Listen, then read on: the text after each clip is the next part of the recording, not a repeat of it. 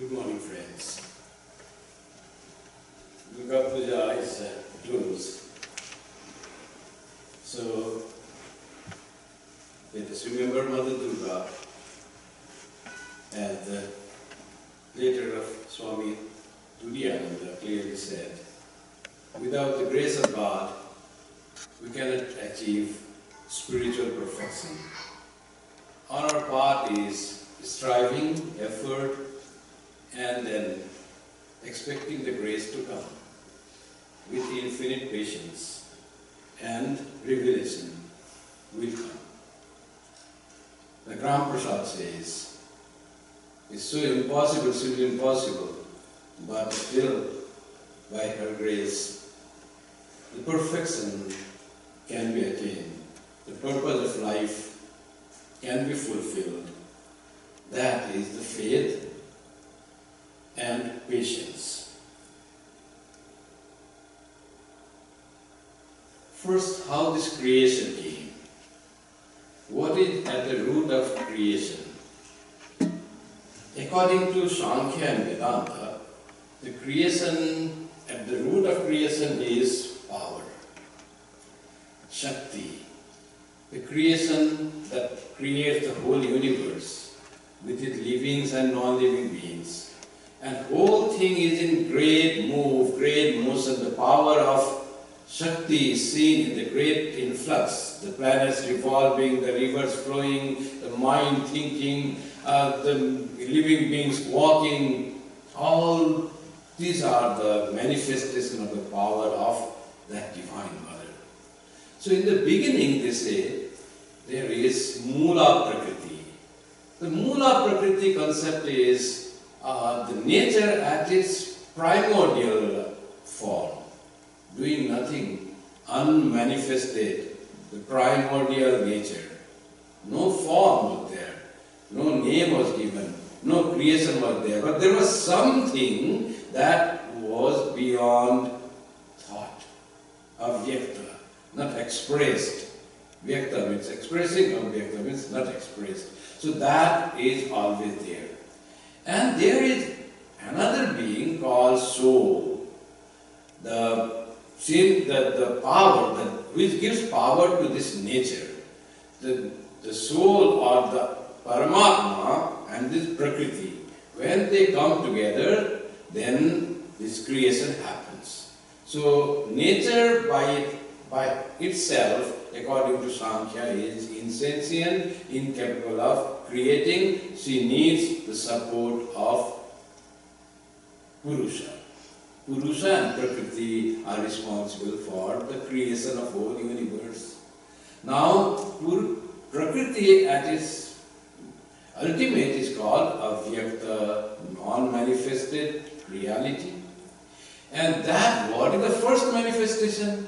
The first manifestation is called Mahat, the cosmic mind, the thought, that I-ness comes, cosmic I is formed. That is called the beginning of creation.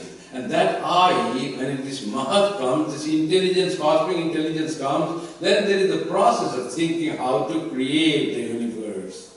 And from that intelligence, from Mahat, the creation starts in a definite process. According to Sankhya, they say that first the Akasa is created, in Akasa Vayu, Vayu Agni, Agni Rapa, Advya Prithivi. Like that, from Akasa was created, then fire, then air, then water, then earth, elements, subtle elements, Pancha Tattva. The elements combine and recombine together and they form the gross elements. Gross earth that we see, gross air that we breathe, gross space that we perceive. That is gross. Subtle will be more subtler that we cannot perceive. We cannot have any idea of subtler because they are beyond the power of our mind and intelligence to think and perceive those. Our mind are also made of those fine elements. Mind is nothing else. But mind is also created from that Mahat. That Mahat creates whole universe, Mahat creates our mind. But us, the soul, the Atman, is not created by nature. It is not part of the nature. It is the part of the Purusha, everlasting, unchanging nature. That's called ourselves. That's why in the Upanishad it says, Mahata Param Avyaktam.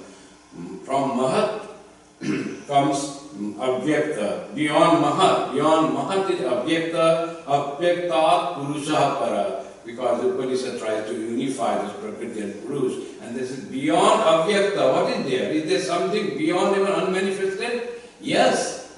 The entity beyond unmanifested is called Purusha. The consciousness, the Atman, the Brahman, which is even subtler, even beyond Mahat.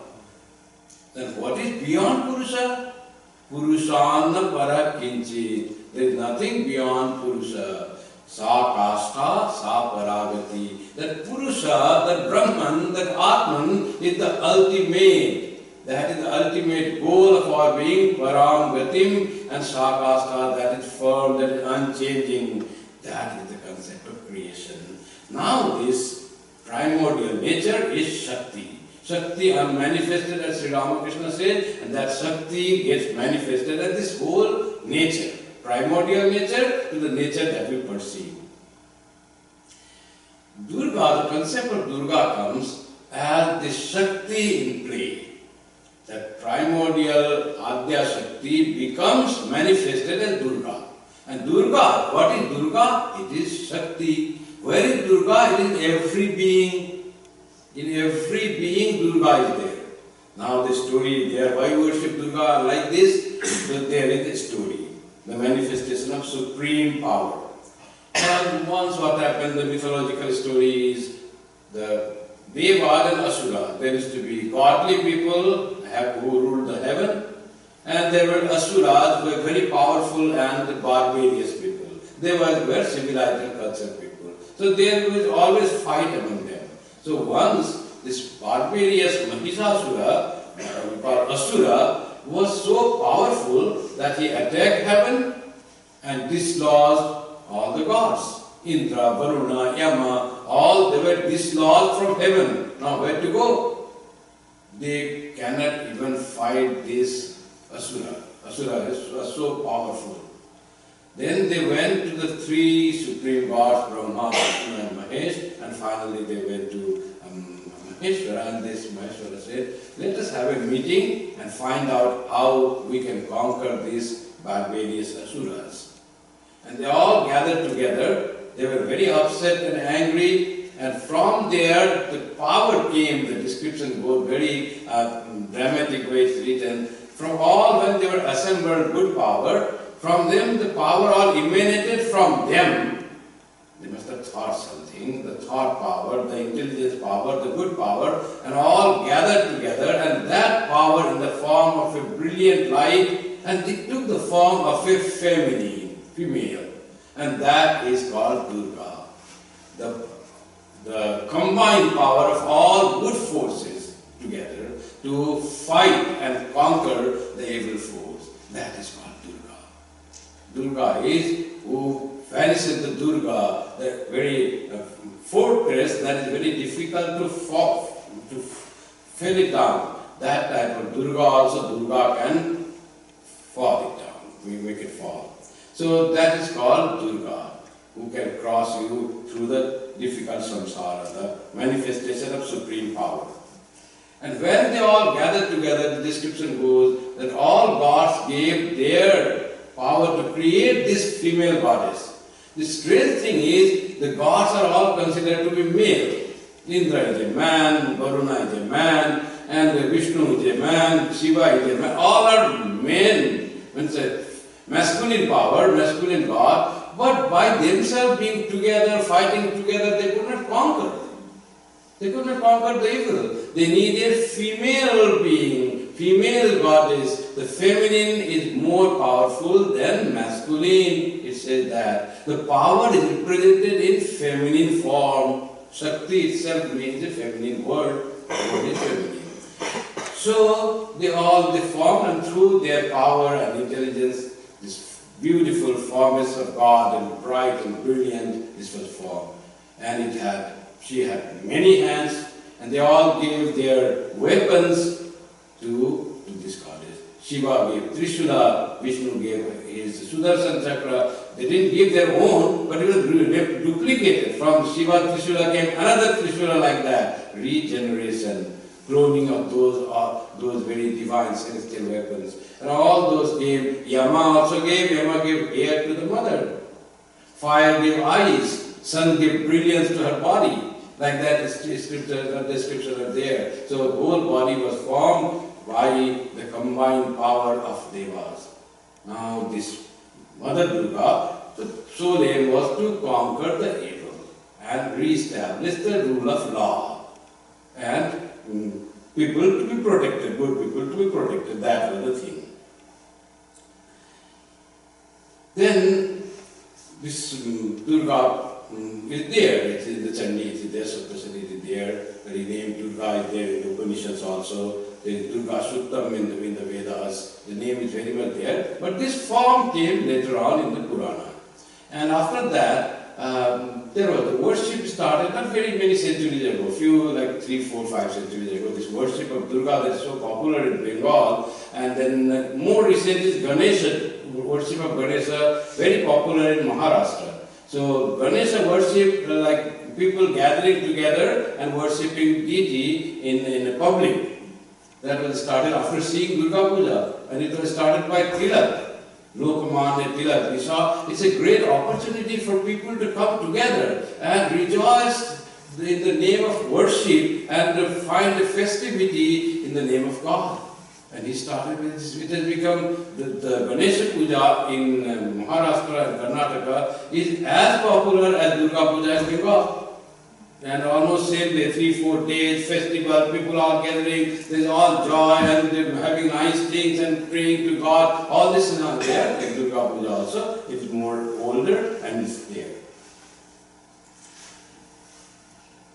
So it's very old, like 4, 5 centuries ago, this Durga Puja started. This is Kansanara was the first one to do it, the clay image and all that after that is coming on. Now, Swami Vivekananda, as they were there in Bengal, they were, Durga Puja is a great thing. They started Durga Puja, start before, 1 month before. People start thinking Puja is coming, and they have to buy new clothes, new shoes, and people, the relatives come, and it becomes festivity before Durga Puja starts. So, great occasion. They say there is the flavor of Durga Puja in the air before even it comes. So, it's a great occasion. Everyone feels for Durga Puja. Now, Swami Vivekananda, Brahmananda, they all formed monastic order. And in monastic order, based on Advaita philosophy, it's all prayer and meditation. And where is the ritual? Where is the place for ritual worship there? Belur Math was established, and some people started, and we didn't observe caste rules, we didn't observe food rules, what was generally done in the people, holy people used to do. Swami Vivekananda said, those are not the real religion. So people started thinking we are something different from Sanatana Hindu, and that was not the right case. We just wanted to clean whatever was dross coming in the Sanatana Hindu religion, and we wanted to practice and preach the pure Sanatana Dharma. So now, Swami Vivekananda had a wish. He went from US, hadn't seen Durga Puja for decades, and then he wanted to see Durga Puja in Belur Math. Now, doing Durga Puja, idea came to him when it was already, time was over. Swami Vivekananda thing happened that way. He came to the Parliament of Religions, and he came and the people, he approached them and they said, oh, it is very late now, you cannot come. But who will stop Swami Vivekananda? When he came to Belur Math in 1901, it was October 18 for Sashti to be done. So, barely 1 week before, 4 or 5 days before Durga Puja start, Swami Vivekananda comes to Belur Math and calls Raja Maharaj Swami Brahmananda and says, I had a dream that Mother Durga is being worshipped in Belur Math. Then Raja Maharaj says, I also had a vision. What did you have? Swamiji asked. I saw Mother Durga coming from Dakshineswar to Belur Math. And she came to this tree, this bigger tree where the near Swami Vivekananda temple. Then both these great two spiritual persons vision and wish to combine together and say, let us do Durga Puja. Now, they were sent to the place, Kumar to be the place where all images are made. It was already time was over, there was no time to make Durga Puja because order has to be given, otherwise there is no time. It's an elaborate work to prepare. It takes more than 1 month to prepare Durga Puja fully, Durga image fully. Only 4 or 5 days were left, there was no time. How to get? They went there, nowhere was to be found. Everywhere Durga Puja, all they have taken away. Finally, the Krishna or Maharaj Brahmachari had gone, and he goes to one place and sees image. Perhaps that person has not come to take away. What happened? They went there, do we have image to sell? Can we procure image from here? They said, yes, somebody ordered this image, but they have not come to take it. They didn't turn to take it away to their house. So this was mean for Belunwar, Swami Vivekananda's wish, who will stop? Now mother was ready-made. The person was all this plan of Mother Durga herself, that they will find time. Little late she gave the inspiration and vision and said that already one statue was made for Belunwar. And they brought happily, and before doing Durga Puja, Swami Vivekananda and Kripamayananda went to Holy Mother and said, we want to do the Durga Puja elaborate in the image. And it was not in sannyasi's order, you see. And what the mother will, without mother's permission, nothing was done. So mother said, okay, do Durga Puja. And then mother said, they requested mother, you have to come during Durga Puja to Belunwar and live beside in that house. And nearby there is one house that is now part of Belunwar called Purana Mat, Old Mat. And there, mother came instead and Durga Puja started. Krishna Maharaj became worshipper and Ramakrishna and his father became the priest to guide the worshipper, and Durga Puja was started. There was so much of joy. Swami Vivekananda himself used to come, and on Saptami day he felt sick, he had fever, he couldn't come. But at Sandhi Puja time he came. He came on Sandhi Puja time on the joy. This is the most auspicious time between Ashtami and Navami. Mahastami and Mahanavami, there is the joy and confluence of these two tithis, and that is called Sandhi Puja. And that time Swami Vivekananda came, was not very well. And on Ashtami day, he also worshipped nine girls as Kumari. Nowadays also Belunwar Kumari Puja is done. But Swami Vivekananda worshipped 9 girls. Why 9 girls? 9 girls because Durga is supposed to be 9 forms. Nava Durga, 9 forms of Durga is there. So that was at that time. Nowadays they worship only one Kumari. This worship of living goddess was very much in Swami Vivekananda's thing. He went to Kashmir and there he found one little girl of boatman, Muslim girl, and he requested, can I worship her? He said, yes. And he worshipped her with all the flowers and mantras because Swami Vivekananda could see the divine power in every woman. He went to Kanyakumari and there was one of his friends, he had gone with his small daughter and he said, can I worship her? In Kanyakumari, seeing Kanyakumari image small, Kanyakumari is also like a small girl. And Swami Vivekananda was overwhelmed seeing the image and he wanted to worship the daughter of his friend. And he said, yes, but he also worshipped there. So in Belunwar he would worship 9 girls as Kumari. And he said to one person, go and give this coin to living Durga. To living Durga he brought the image coin to put and give to Mother Durga's image. He said, no, I asked you to give to living Durga. Mother, living Durga, I don't know. Holy Mother was sitting there. Then he pointed out to Holy Mother. And said, she is the living Durga. She has come to regenerate the power in India. And centering her, there will be great upheaval among the sleeping Indians, and there will be, with her power, will be regeneration of the power in Indian women. That was Swami Vivekananda's vision, his understanding, his perception. He writes in one of the letters to Swami Shivanandaji, from USA in 1984. He says, "You have not yet understood the wonderful significance of mother's life, none of you. But gradually you will know, without Shakti, there is no regeneration for the world. Why it is that our country is the weakest and the most backward of all countries?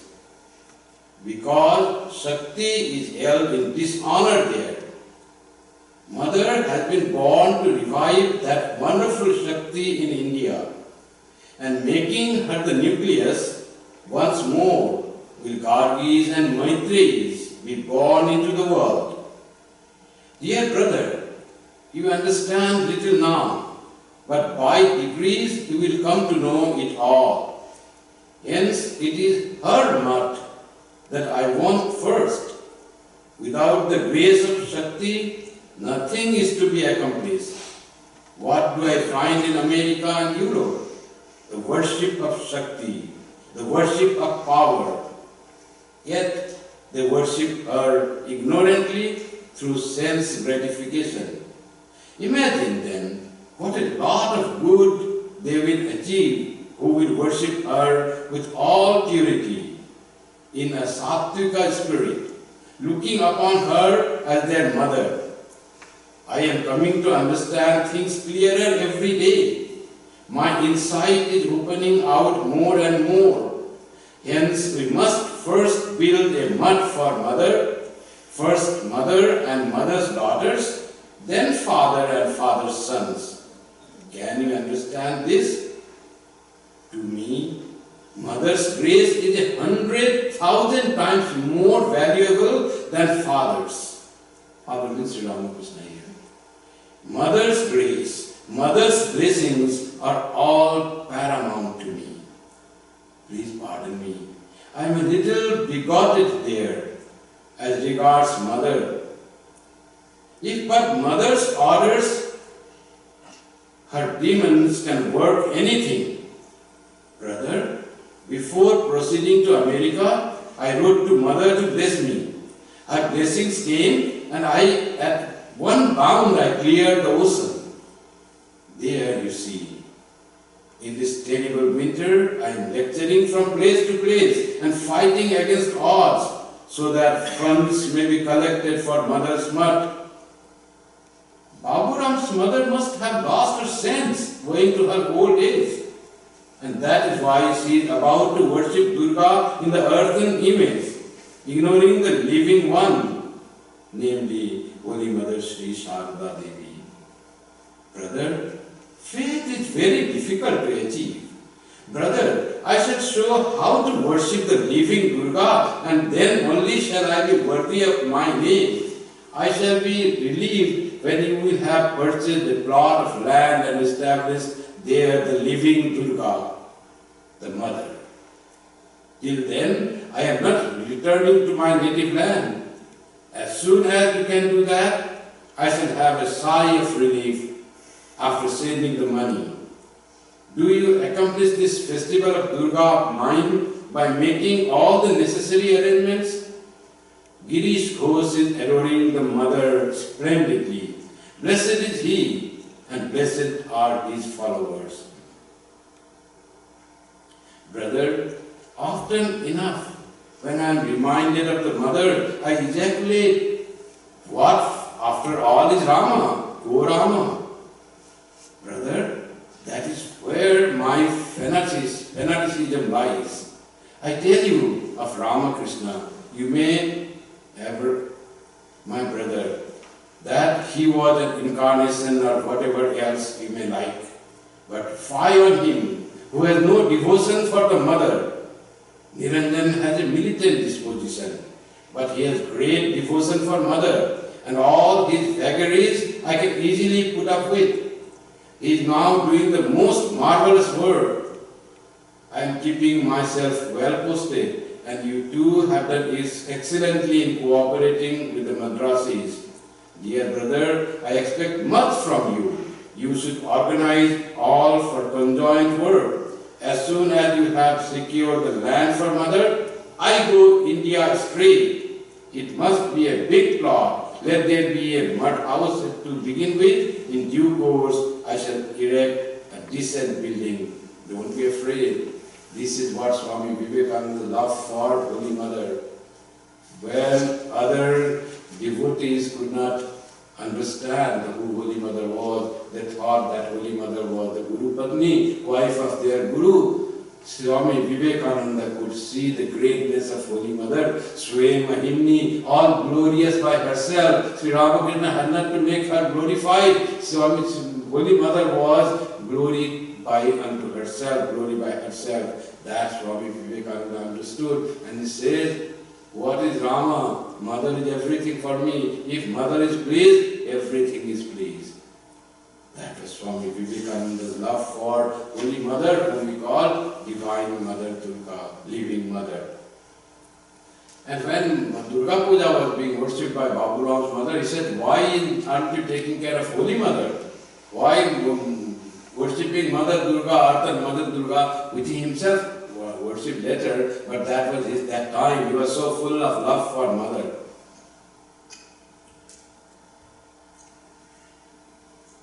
What is really worship when we worship Durga in image?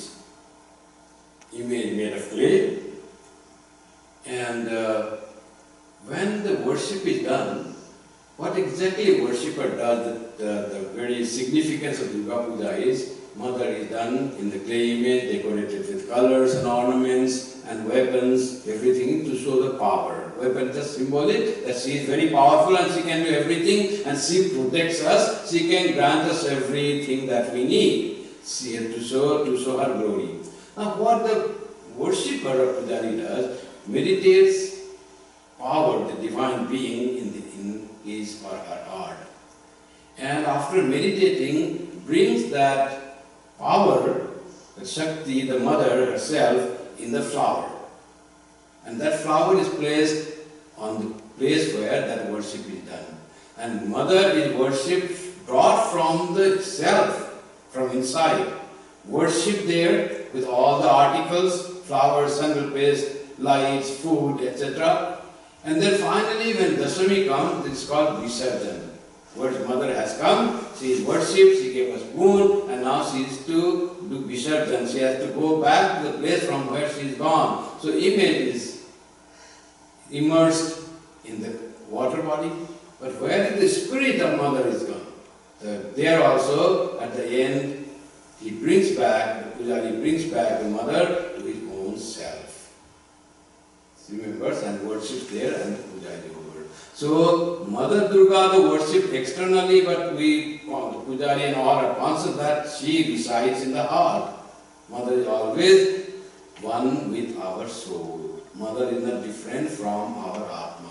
When we consider ourselves as the Shakti, his Mother, when we consider ourselves as the formless being, ever-present, immortal, that becomes Atman.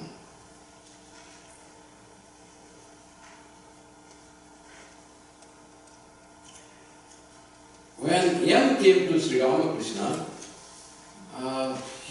very second visit, it's very interesting conversation.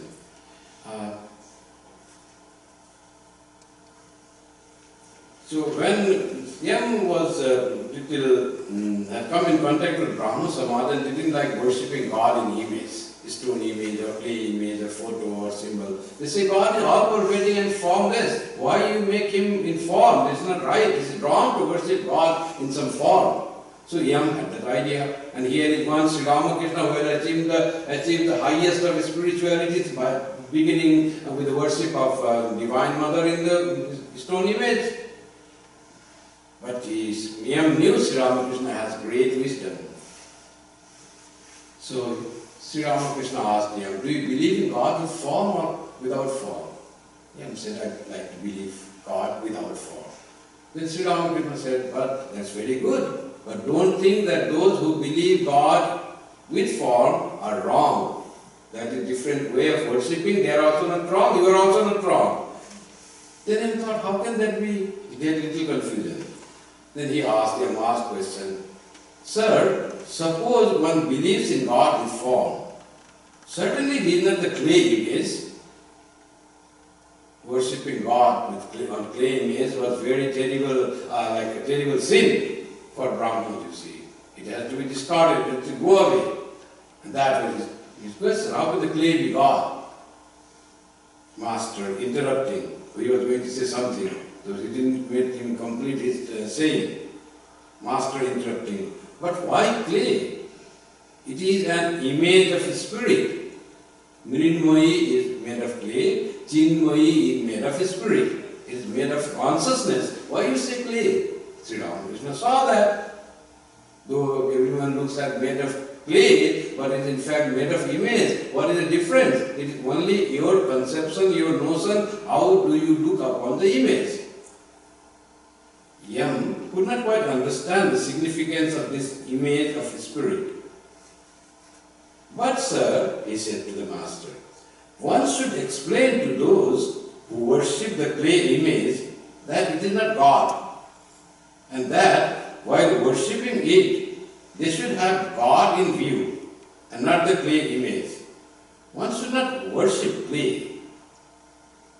That was the prevalent young Bengal, educated in English education, doubting everything that tradition is doing and seeing that all is wrong being performed. There has to be revival, there has to be reformation in the traditional way of worship and thinking about God. Everything should be God, should be thought of formless. That was the idea. So he clearly says his idea to Sri Ramakrishna. Now what Sri Ramakrishna says? Master, sharply. Very seldom he did this sharply. He says sharply. That's the one hobby of you Calcutta people. Giving lectures and bringing others to the light. Nobody ever stopped to consider how to get the light himself. Who are you to teach others? He who is the Lord of the universe will teach everyone. He alone teaches us, who has created this universe, who has made the sun and the moon, men and beasts, and all other beings, who has provided means for their sustenance, who has given children parents, and endowed them with love to bring them up. The Lord has done so many things. Will He not show people the way to worship Him? If they need teaching, then He will be the teacher. He is our inner guide. Suppose there is an error in worshipping the clay image. Doesn't God know that through it He alone is being invoked? He will be pleased with that very worship. Why should you get a headache over it? You had better try for knowledge and devotion yourself. That was a big thing for him. He never thought this answer to be there. He was very much against this worship of this thing. This time M felt that his ego was completely crushed. He now said to himself, yes, he has spoken the truth. What need is there for me to teach others? Have I known God? Do I really love Him? I haven't room enough for myself in my bed, and I'm inviting my friend to share with me. Nije shovar jayega nahi, Shankara ke dhake. That's one saying. You don't have enough place and you are asking others to come. You have not yourself understood, and you want others to understand. I know nothing about God, yet I am trying to teach others. What a shame. How foolish I am. This is not mathematics or history or literature that one can teach it to others. No, this is the deep mystery of God. What He says appeals to me. That was Yam's wisdom that totally reflected and could understand Sri Ramakrishna's viewpoint. Yam was so pure-hearted and ready to accept the teachings of Sri Ramakrishna. That's what Sri Ramakrishna wanted to say, that if, and he gives the example, if a small child says to father, Pa, and cannot say father or daddy, will father be unhappy with that? He knows that much as his capacity and he will love him as much as he loves any other sons and daughters. So like that is God. If there is something wrong in our prayer and worship, God knows that we are calling Him alone. Nobody has to teach, He is the only teacher. See, M thought we should try to explain. So that was the thing M's ego was pounded. Once Sri Ramakrishna says, why is Kumari Puja done? Why Durga is worshipped in a human being who is made of flesh and bone? Because mother is most manifested there. In the pure girl, small little girl, mother's power is, there is no impurity in her. Mind is fresh and pure. And that's why that is the best manifestation of the divine power of the divinity. That's why Kumari Puja is done. That's what Sri Ramakrishna has expressed. Now this mother in image, mother in Kumari. But leaving Durga, the Holy Mother is the concentrated form of Durga in all aspects of her power. To protect, as the song said, she is the one who protects us, who sees the final goal, and she grants us all our needs. That is Holy Mother. The Durga in the living human form.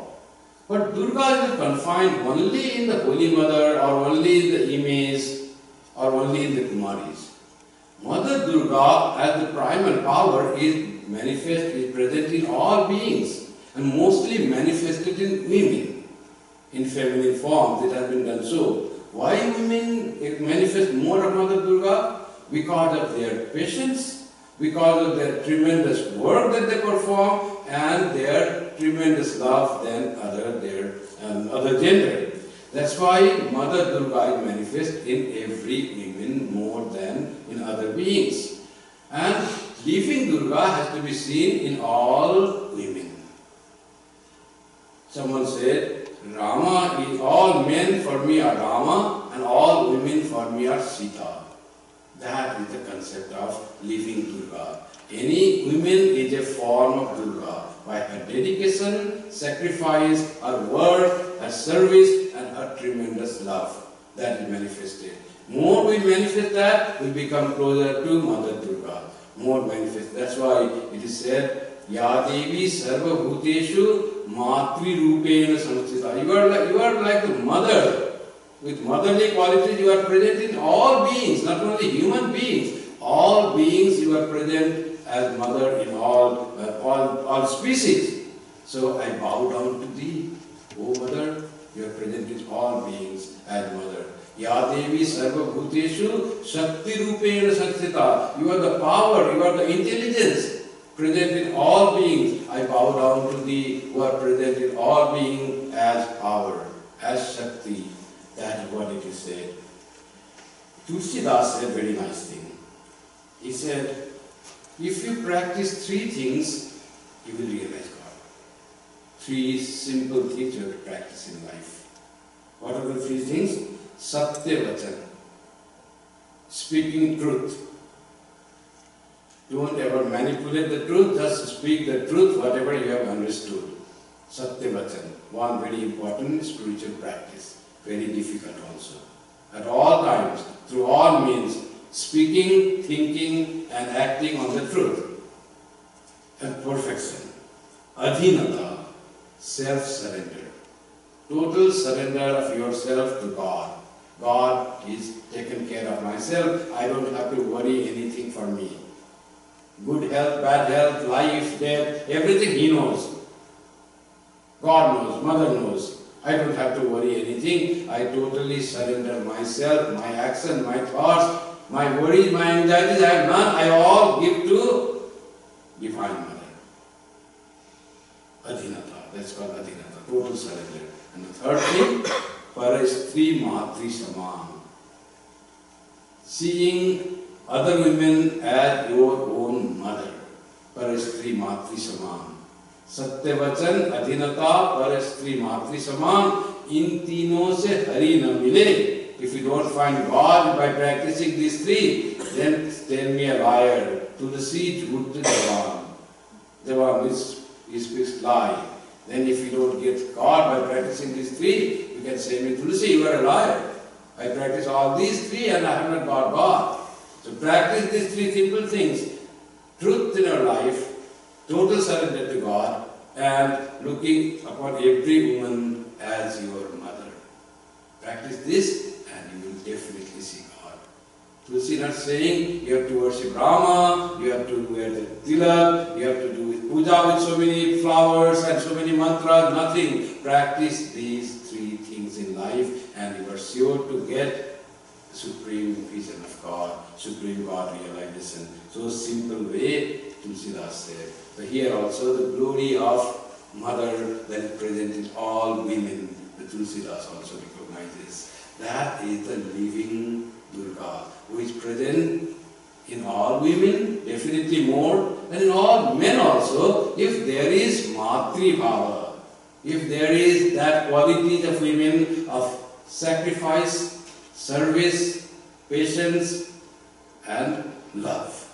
If that is there, the more is there, so Mother is more manifested, that Durga is more manifested, in living Durga is present in men and women alike. Let us try to manifest this Durga who is the protectorate, who is the granter of peace and our prayers, who is lover of mankind, lover of all good people, by protecting us from evil thoughts in our own side. If Mother is enshrined in us, Mother will all cut asunder the Mahishasura of our bad thoughts, evil thoughts, like she cuts the Mahishasura. All she will remove evil thoughts from our mind and will become purer and pure, will become fit to understand the glory of God, and we will be able to live